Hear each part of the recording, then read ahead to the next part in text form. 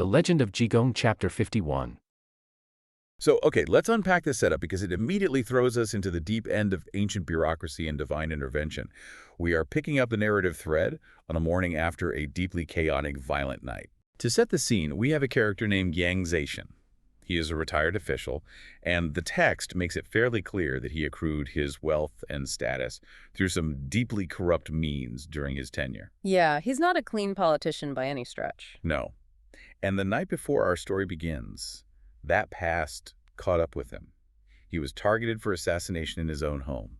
He barely survives, and the only reason he is breathing this morning is because of the intervention of the eccentric, wine-drinking, meat-eating monk, Jigong. And I think it's important to note how the narrative grounds this high-stakes assassination plot in the very mundane physical realities of the morning after. Oh, the hangover. Exactly. These men didn't just fight off an assassin and then calmly go to sleep. No, they stayed up.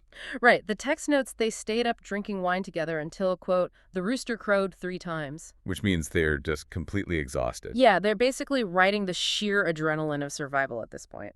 And Yang Zetian is experiencing this profound psychological shift because the man is incredibly wealthy. He's used to wielding power, but surviving this attempt on his life, it just completely shatters his worldview. It shakes him to his core. Right. He formally thanks Jigong and actually makes a vow never to doubt monks and Taoists again. He essentially says, if you hadn't shown up, I'd be buried under the springs. Which perfectly illustrates the concept of transactional faith that often appears in these texts. Transactional faith. Yeah, I mean, Yang's sudden spiritual awakening isn't born out of deep philosophical contemplation, right? It's a direct trauma response. Oh, like someone surviving a terrible car crash and suddenly becoming super spiritual. Exactly that. The divine intervened in a highly physical, immediate way to save his neck. So his response is to pledge a kind of bureaucratic allegiance to the spiritual realm. Yeah. He is making a deal. He's checking a box. But the luxury of sitting around having this spiritual awakening is immediately cut short by the rigid machinery of the state. Because also present in the house is Zhao Taishu Prefect Zhao. Right, the local authority. And the prefect has a massive administrative headache on his hands. Right. He has a captured assassin tied up in the courtyard, and protocol dictates he must transport this prisoner to the highest authority in the city, Prime Minister Xinjiang. Yeah. But he can't just walk out the door and do it. He's a prefect. He is literally incapable of performing his official duties without his official uniform. And the logistics of ancient Chinese bureaucracy are woven directly into the pacing of the plot here. An official's clothing in this era. Like the robes and hats. Yeah, the rank badges, the specific cut of the silk, the headwear. It wasn't just a uniform like a modern police officer might wear. It was the literal physical manifestation of the state's power. So without it, he's basically invisible to the system. Without it, Prefect Zhao is just a man standing in a courtyard. To act as the arm of the law, he needs his servants, Zhao Fu and Zhao Lu, to physically bring him his authority from his own residence. Which introduces one of my absolute favorite little logistical details in the text. Oh, the watchman. Yes, because Prefect Zhao wasn't at his own home when the attack happened, right? He was visiting Yang. So how did his servants know to pack up his official robes and bring them to this specific location at dawn? Right, they didn't have cell phones. Exactly. The text tells us that a municipal watchman named Li San, acting on orders given by Jigong in the early hours of the morning, ran the errand to inform the servants. It's a wonderful detail. It shows the narrative's deep appreciation for the working class and, the municipal infrastructure of the city. Yeah, the invisible gears turning. The watchman, or Gengfu, was responsible for walking the streets, striking a bamboo clapper to mark the watches of the night, and enforcing curfew. So Jigong utilizes this invisible municipal worker to grease the wheels of the state bureaucracy. Precisely. The holy monk relies on the night watchman to keep the plot moving. So the watchman does his job, the servants arrive, the prefect gets dressed in his robes of state, and a heavy escort detail is assembled. We actually get to the specific names of the 4 constables assigned to the transport. Cha Yuanlu, Du Zening, Lei Xuan, and Ma Anji. Right. So they form up around the bound prisoner and begin the march to the Prime Minister's mansion. And while this heavily armed procession is making its way through the morning streets, the text shifts perspective to show us the psychological state of Prime Minister Xinjiang. And he is not doing well. No, he has had an agonizing night. The text specifies that the prime minister had been sitting up in his study, wide awake, waiting for news of the assassin's capture until the 4th watch of the night. And we should probably clarify what that actually means for his physical state, right? Because the 4th watch is what, roughly between 1 a.m. and 3 a.m.? Yes. It is the deepest, darkest, most exhausting part of the night. Hmm. For a man of his age and his immense political stature to be sitting fully dressed in a cold study until 3 a.m. just waiting for a courier, it speaks to an extreme level of anxiety. He's a nervous wreck. He finally gives up, tries to sleep in his clothes, and is awakened shortly after dawn. He washes his face, tries to choke down some tea and snack. And that is the exact moment the prefect and the constables arrive with the prisoner. Talk about terrible timing. Truly. They drag the thief into the hall, and the visual contrast here is just stark. You have the exhausted, highly manicured prime minister, and then you have this thief. Right. The text describes the prisoner as burly, dressed in dark, night-walking clothes, with glaring eyes and fierce eyebrows. I mean, he looks like Central Casting's idea of a terrifying, remorseless bandit. He's leaning into the look. Oh, completely. And the prime minister, operating on zero sleep, immediately begins the interrogation. He demands the prisoner's name, origin, and crucially, the location of his stolen property. Oh, yes. Because, and this is important for you listening to understand, this isn't just about an assassination attempt on Yang Zetian. This thief is accused of breaking into the prime minister's own inner sanctum and stealing family heirlooms. And the items stolen are absolutely vital to understanding the prime minister's reaction here. It was a jade bracelet and a 13-stringed pearl phoenix crown. Okay, so a phoenix crown, that isn't something you just keep in a jewelry box on your dresser, is it? Not at all. A phoenix crown, or fengguan, is an item of immense ceremonial weight. It's typically worn by noble women or given by imperial decree. Wow. And the 13 strings of pearls specifically denote an incredibly high rank. I mean, it is rubbing right up against imperial status. That's a huge deal. To have someone bypass your security, enter the private quarters of your household, and steal an item of such profound political and familial significance, it is an existential insult. Because it makes him look weak. Exactly. It communicates to the entire political apparatus that the prime minister cannot even protect his own house. Which completely explains why the thief's response is so incendiary. Because the prisoner just stares right back at the prime minister and spits out his confession. He doesn't hesitate. No. He says, I am Yunlong from Sichuan. Yes, I broke in. Yes, I stole the jade bracelet. Yes, I took the 13-stringed pearl phoenix crown. And he actively twists the knife. He really does. He doesn't say he hid the item somewhere for leverage. No. He claims he walked out, found some random passing merchants, fenced these priceless, irreplaceable family treasures for 1,300 taels of silver, and has already spent every single coin. The sheer disrespect of it is staggering. It's insane. Prime Minister Qin completely loses his mind. He bypasses any formal investigation. He doesn't ask for corroborating evidence. He doesn't want witness testimony. He orders the guards to bring out the torture instruments immediately to extract a formal, written confession before execution. He just snaps. But hold on. The logic here is completely fractured. I mean, think about it.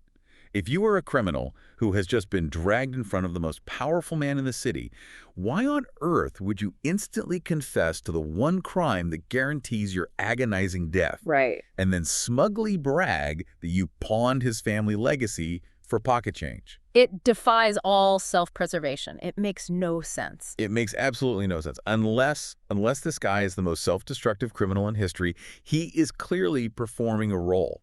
He is feeding the prime minister exactly what he needs to hear to trigger an emotional meltdown. And that is the crucial insight here. You have to look at the interrogation not as a search for truth, but as a rubber stamp mechanism. As a rubber stamp. Yeah. The ancient legal system being portrayed here often relied on the confession as the absolute pinnacle of evidence. Without a confession, closing a case was extremely difficult. But with one. With a confession, even one obviously extracted under duress, the bureaucracy was satisfied, the paperwork was clean, the thief, whoever he really is, understands the system perfectly. He knows that by claiming to have sold the crown to untraceable, passing merchants, he closes off any avenue of investigation. Because the cops can't go track down nameless merchants who are already gone. Exactly. He provides a clean, albeit enraging, narrative. He's hacking the system. He really is. He knows the prime minister's ego is so bruised by the theft of the Phoenix crown that he won't pause to ask follow-up questions. The prime minister is using the justice system as a blunt instrument of personal vengeance. Yes. The machinery of state law has been completely hijacked by the wounded pride of one sleep-deprived man. And this is the moment the text decides to pull the rug out from under the reader. Oh, I love this part. Because right as the torture instruments are being laid out on the floor, the guards announce that the eccentric monk, Jigong, has finally arrived at the mansion. Which is a relief. Right. But it immediately raises a massive logistical question for you, the listener. We know Jigong was awake before dawn. We know he dispatched the watchman to get the official clothes. So while the constables were marching this burly thief across the city, what exactly was Jigong doing? Why is he only arriving now, at the 11th hour? The narrative does something brilliant here. It takes us out of the claustrophobic, high-tension environment of the Prime Minister's hall and uses a flashback to drop us right into the bustling, noisy morning economy of the city streets. It's such a structural pivot. We flash back to Jigong casually making his way toward the mansion. The sun is up, the markets are opening, and as he is walking, he runs into a man named Zhao Bin at a fruit stall. Yeah. And the text gives Zhao Bin one of the most evocative nicknames in literature, reaching into a bag to take things. It's so good. Which is a very polite, poetic way of saying he is a professional pickpocket. The street names in these narratives always serve as a resume. Zhao Bin is a man of the shadow economy. But today, Zhao Bin isn't picking pockets. He is kneeling in the dirt, paying deep respect to Jigong, addressing him as master. He explains that he is at the market to buy inventory baskets of fresh fruit. He's trying to go straight. Exactly. He wants to set up a small, legitimate fruit stand and leave the reaching into a bag lifestyle behind. It's this touching moment of attempted redemption. But Jigong stops him. He completely stops him. He doesn't congratulate him on his new business venture. Instead, he looks closely at Zhao Bin's face and performs an act of physiognomy. Physiognomy, or mianjiang, is the ancient practice of reading a person's character, health, and crucially their impending fate based on the physical topography of their facial features. Like reading a poem, but on the face. Yes, it treats the human face as a topographical map of destiny. And Jigong focuses on a very specific area. He tells Zhao Bin, I see a darkness on your forehead, right between your eyebrows. Your complexion is terrible. Yeah. He is essentially delivering a terminal diagnosis of bad luck. He is telling this guy, who is just trying to sell some apples, that a massive, unavoidable disaster is barreling toward him. The spot Jigong is looking at, the area between the eyebrows, is known in traditional face reading as the Yintang, or the Hall of Impressions. Hall of Impressions, okay. A darkness or shadow appearing there is universally interpreted as a sign of impending misfortune, severe legal trouble, or even death. It's the worst news you could get. Truly. So, having delivered this terrifying news, Jigong doesn't just offer him a prayer or tell him to meditate on his sins. He reaches into his robes and pulls out 8 solid gold ingots, handing them directly to the former pickpocket. And we really need to pause and establish the sheer economic gravity of that action. Please do, because handing out gold ingots at a fruit stand sounds insane to modern ears. What is the actual value of what Jigong just handed over? In the economic realities of the era, the primary currency for daily transactions was copper coins, and for larger transactions, silver taels. Right, silver and copper. Gold was rarely used in daily commerce. It was a store of massive wealth, often hoarded by the elite or used in high-level state transactions. Okay. So a single gold ingot represents a staggering amount of purchasing power. 8 ingots is not just walking around money. It is generational wealth for a street vendor. It's the equivalent of handing a guy trying to start a hot dog stand a briefcase with $500,000 in it. That's a perfect analogy. It's reality-breaking wealth. Yeah. And the instructions Jigong gives him are wildly specific. He tells Zhao Bin, take this gold. Go buy a massive stockpile of rice and firewood. Go inside your house, lock the door, and do not step outside for exactly 100 days. Abandon the fruit stand. Right. Do not attempt to do any business until the 100 days have passed. This exchange perfectly encapsulates the unique philosophy of the text. Because if you're listening to this and wondering why a supposedly enlightened, worldly detached monk is walking around with heavy gold ingots hidden in his robes, you are focusing on the wrong thing. Really? Because that was my first question. It's a natural question, but the narrative doesn't care where the gold came from. It cares about the mechanism of divine intervention. Okay, how so? Think about the practical reality of Zhao Bin's situation. He has a dark fate approaching, right? Yeah, the shadow on the Yintang. If Jigong simply warned him, what could Zhao Bin actually do about it? He is a working-class guy trying to transition out of crime. He still has to eat, Right. He has to buy fuel to boil water. He is forced by the economic machinery of the world to go out into the street every single day and hustle. Which puts him directly in the path of whatever bad fate is coming for him. Exactly. You cannot outrun your destiny if you are tied to the daily grind of survival. Oh, wow. That makes so much sense. The divine understands capitalism. It really does. Jigong knows that karma and fate operate in the real world. By giving him the 8 gold ingots, Jigong is essentially buying Zhao Bin a 100-day sabbatical from the crushing reality of poverty. Yes.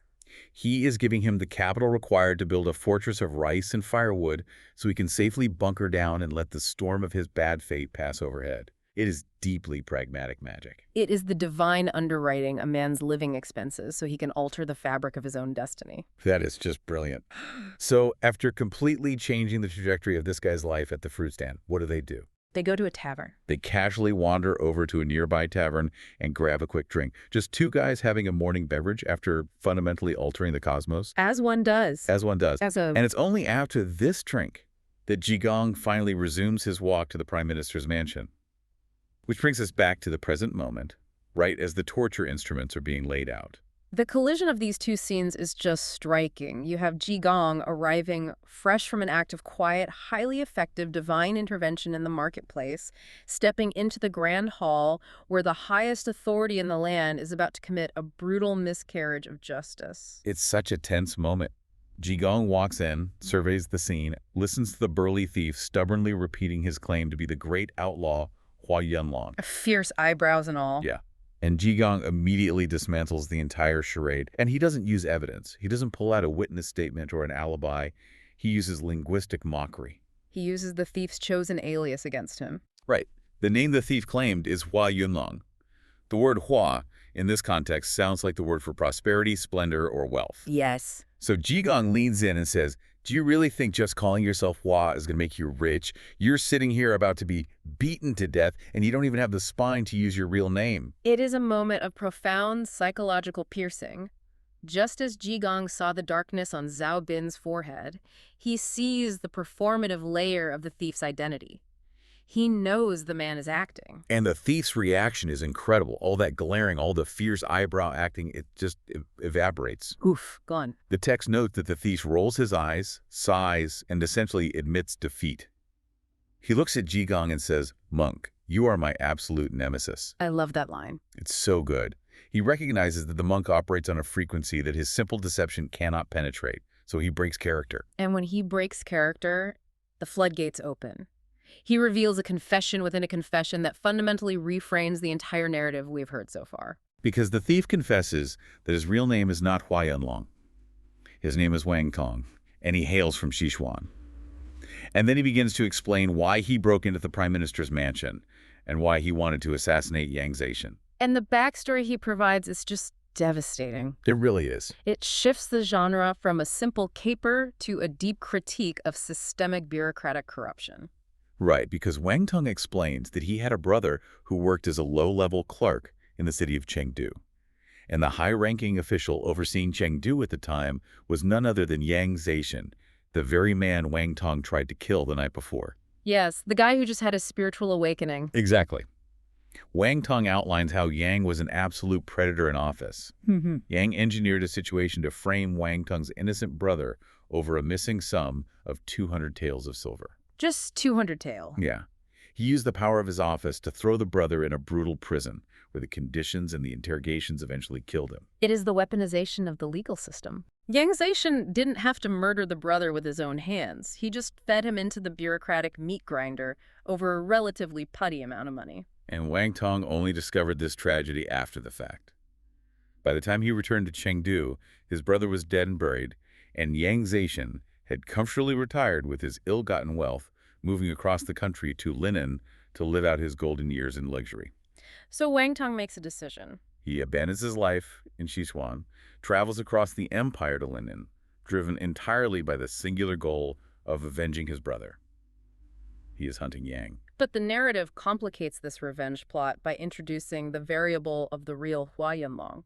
Exactly. While Wang Tong is lurking in Linen, plotting his revenge, he unexpectedly runs into a friend from his hometown of Sichuan, and this friend is the actual man named Yunlong. Which seems like a stroke of luck at first. Right, catching up with an old buddy. But they catch up, and Wang Tong learns what his friend has been doing in Linen, and it is horrifying. The real Hua Yunlong is not a man seeking righteous vengeance.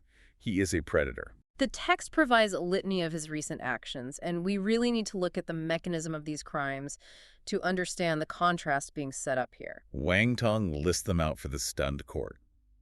First, Hua Yunlong targeted the Wuzhou temple. He saw a young woman there practicing her faith and attempted to violently seduce her. Yes. When she fought back and refused him, he murdered her on sacred ground. And when an elderly nun tried to intervene, he hacked her down as well. And we should analyze the vulnerability of that space. Temples were one of the few public spaces in ancient China where women, particularly young women, could move with relative freedom outside the strict confines of their family compounds. So it's supposed to be a safe haven. Exactly. By invading a temple and committing a double murder, Hua Yunlong is desecrating a rare sanctuary.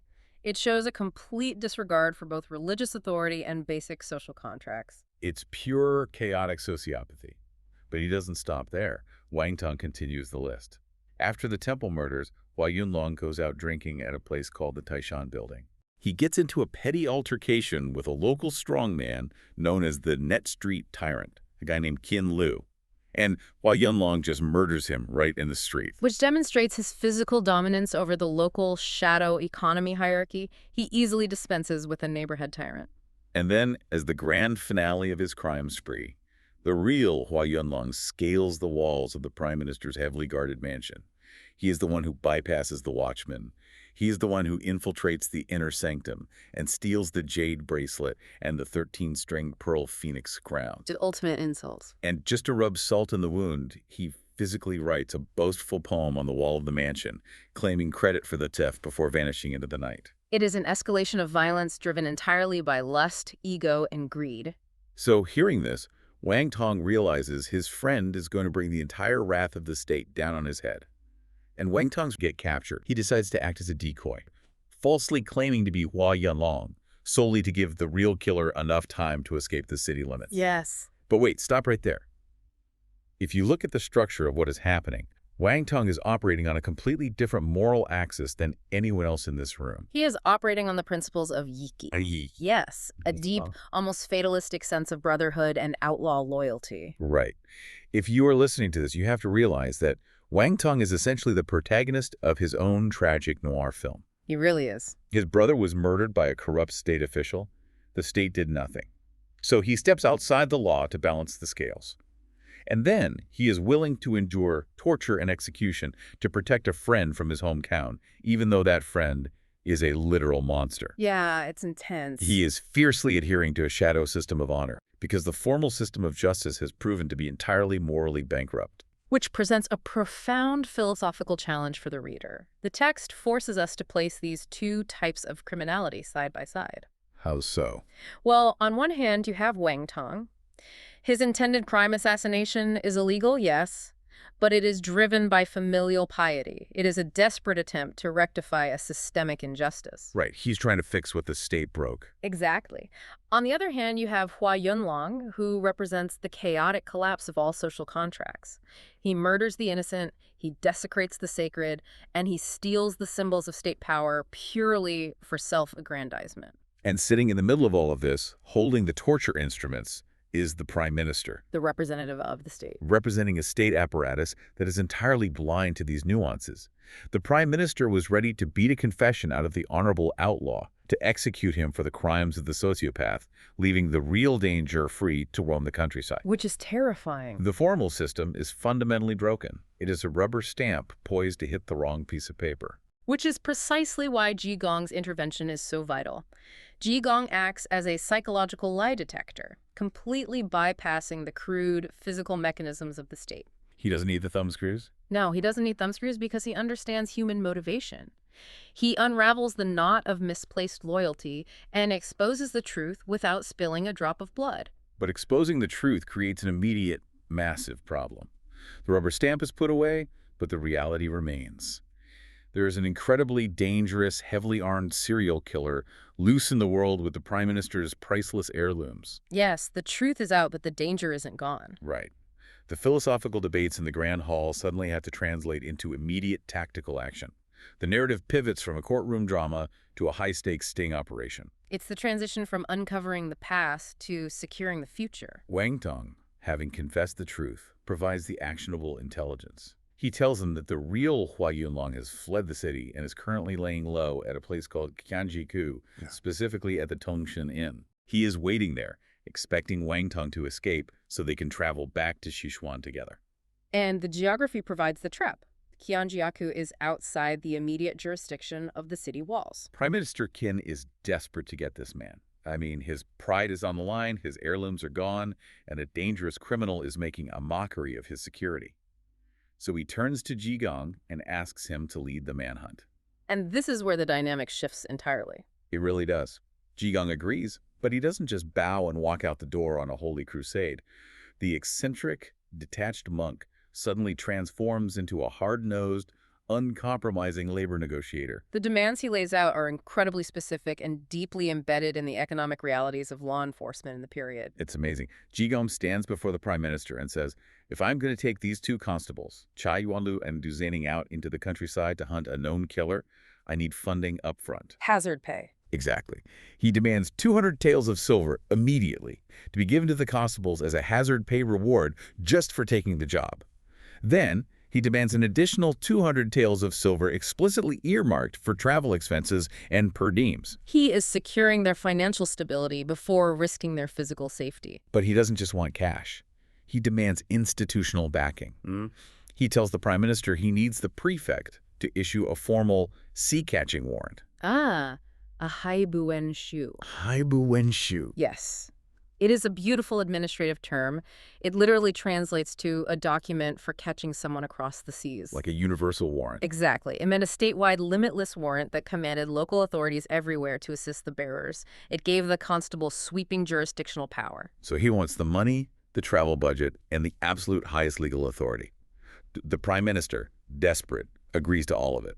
And he sweetens the pot. Oh, he really does. He casually mentions that if they bring Hua Yunlong back alive, there is a combined reward pool from 3 different government departments totaling 1,200 taels of silver. And we need to pause and translate that number for the listener.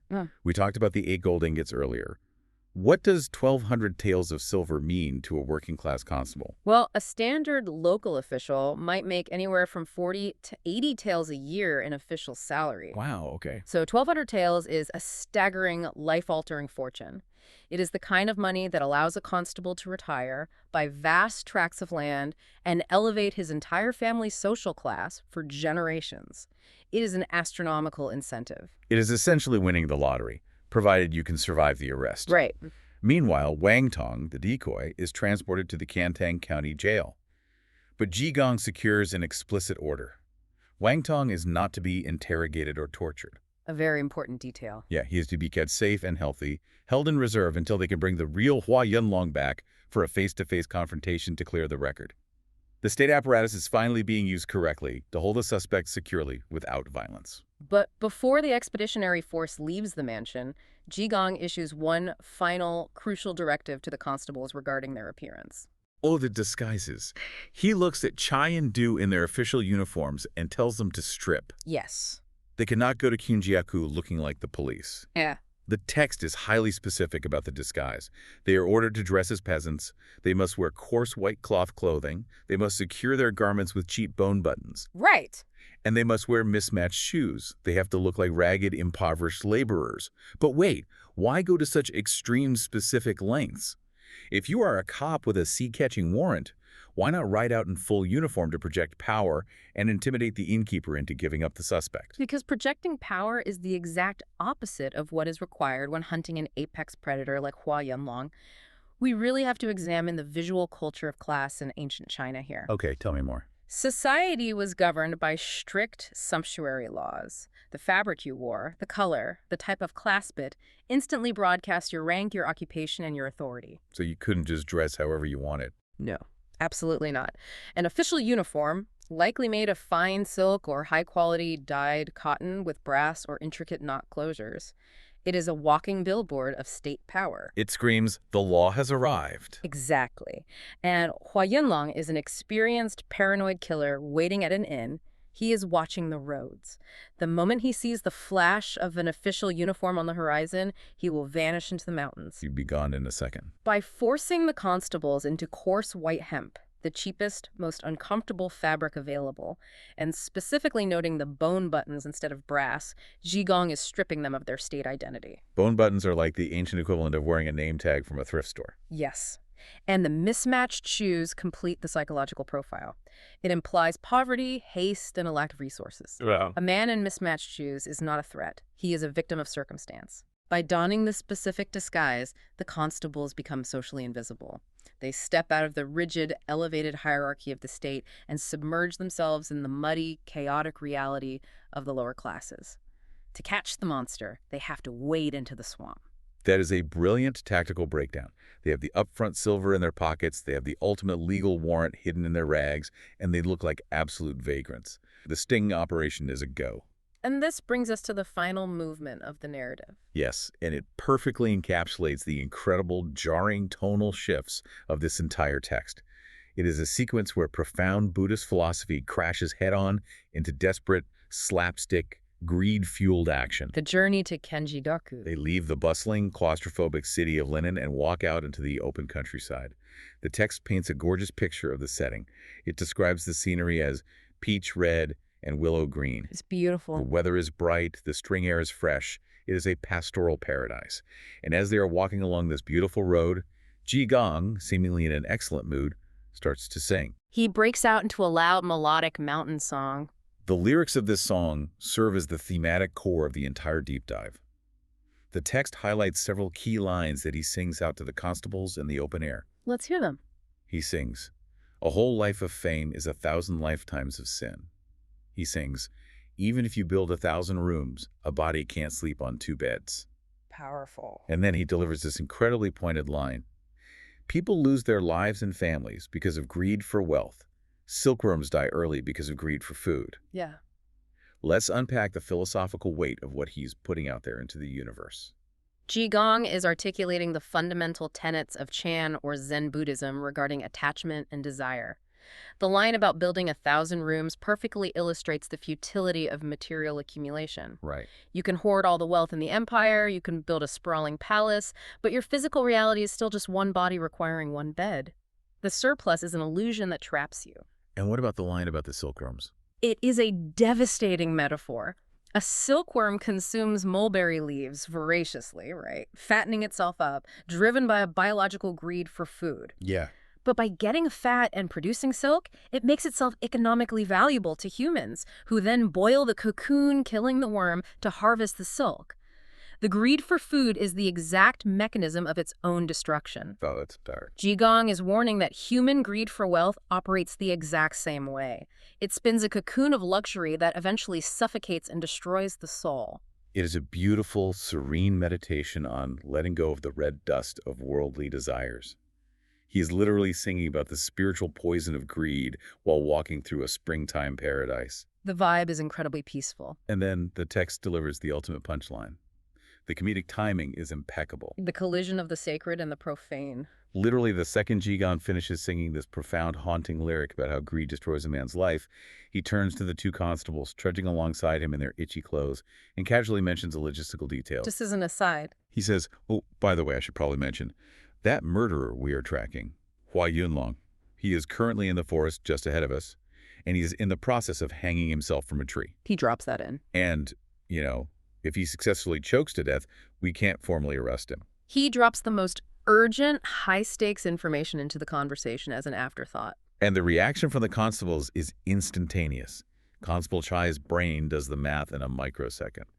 If the criminal dies in the woods before they can slap irons on him and present him to the prime minister, the 1,200 taels of reward money evaporates. It's gone. That generational wealth, the land, the status, it all vanishes the moment Hua Yunlong's neck snaps. The philosophy of the song evaporates instantly. Completely. Driven entirely by the absolute blinding desire for that money, these 2 cops take off.